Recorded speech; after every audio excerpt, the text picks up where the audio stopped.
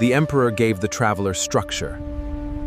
But structure alone cannot answer every question life places before us.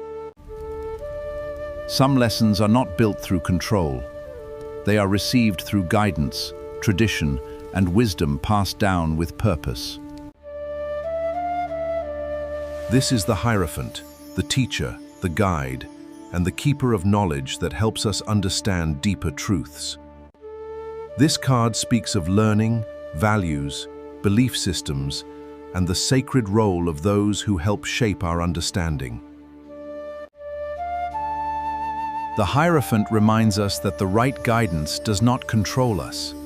It helps us see clearly and grow wisely. A teacher may appear as a mentor, a tradition, a book, or a lesson life repeats until we truly understand it.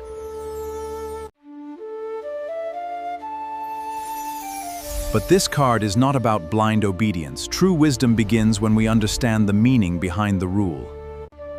Not every rule is a restriction.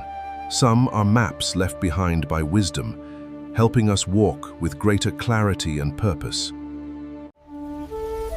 So ask yourself, what guidance do you need right now? Share this video and subscribe to continue the Major Arcana journey.